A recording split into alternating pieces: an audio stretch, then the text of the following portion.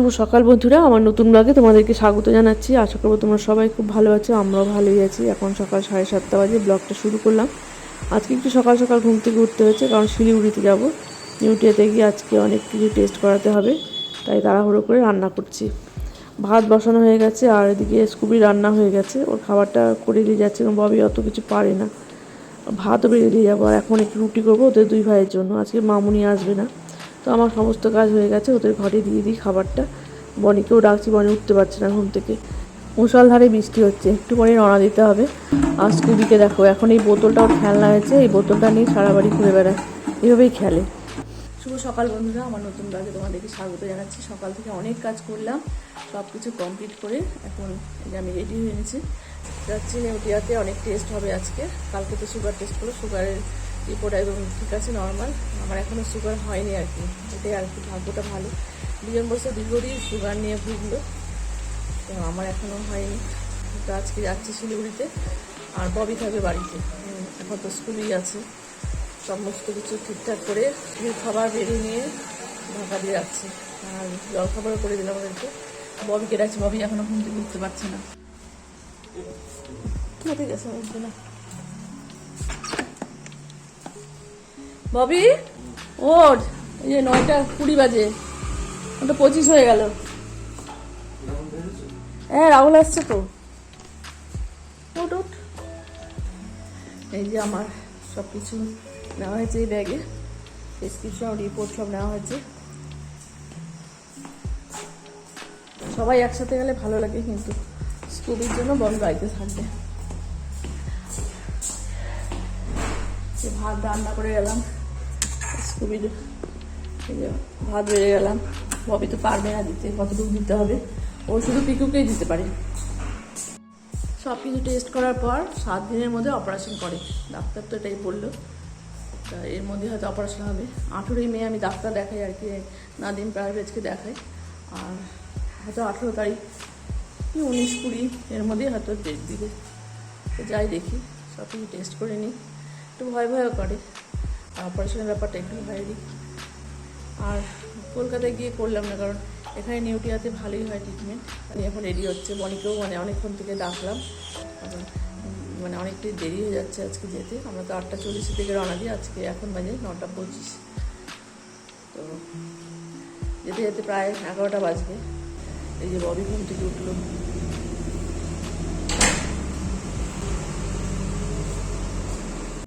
ও বাবা, স্কুবি কিন্তু বুঝছে জানিস, এখনই তো মোবাইলটা কিন্তু এখানে নিয়ে চলে যাবে। মোবাইল হাতের কাছে রাখবি না, আর ওর দোষ দিতে পারবি না, কারণ ও অত বোঝে নাকি। এই গণেশ ঠাকুরের সামনে রাখলাম।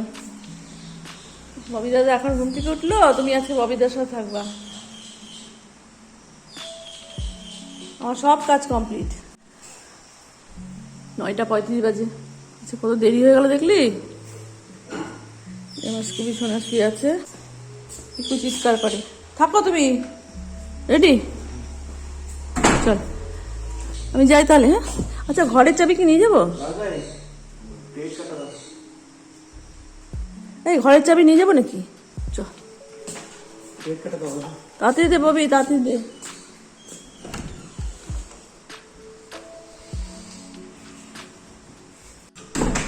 ববি টাটা।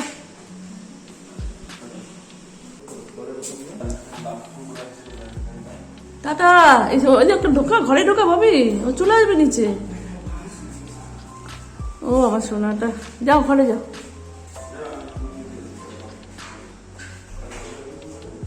ও নিচে যাচ্ছে তো, আসো আসো আসো আসো আসো আসো। ওই আমার সোনা, চলো। আমার এই সোনাটা, তুমি বুঝতে পারছো?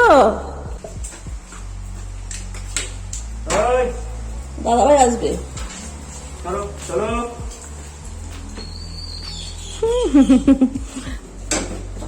কোথায় যাচ্ছ, কোথায় যাচ্ছ? পা দেয়, পা ধরে।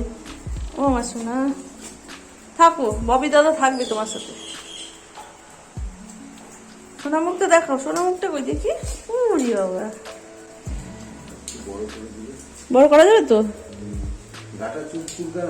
না না, এখনো চুলকায় না। আমি হ্যাঁ হ্যাঁ, ক্রিমের ওষুধ।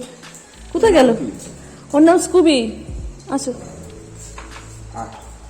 না স্কুবি ভয় পায় দেখো। ওর মতন একটা আতঙ্ক, বুঝছো তো? কোথায় যাচ্ছে? দেখ ও ই করছে, ছুটাছুটি শুরু করছে। ও কিন্তু এটা এখন ট্রেনিংয়ের সময়। এটা দুষ্টু না, বকা দেয়। ওকে ওই যে খাওয়ার লোক দিয়ে দিয়ে ওটা দিও, ওটা দিয়ে ভালো দিয়ে করা যাবে। বেশি সুন্দর থাকে। হ্যাঁ, ওঠা বসা সব। আরে টাটা টাটা। ছবি এখন বুঝতে পারে না যে আমরা কোথাও যাচ্ছি। জুতাটা সমস্যা হবে হাঁটতে, তাই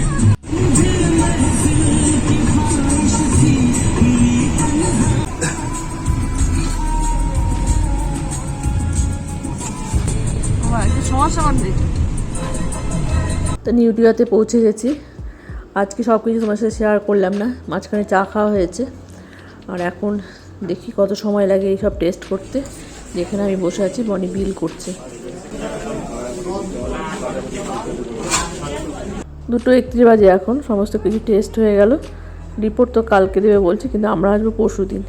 আর এখন যাবো হোটেলে, একটু খাওয়া দাওয়া করে রওনা দেবো। কোথায়?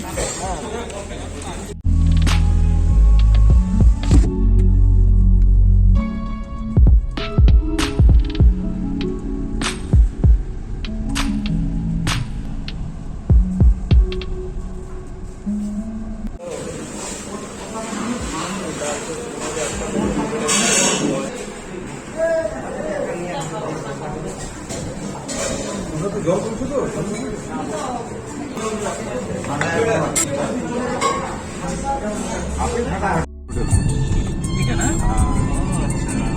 এটা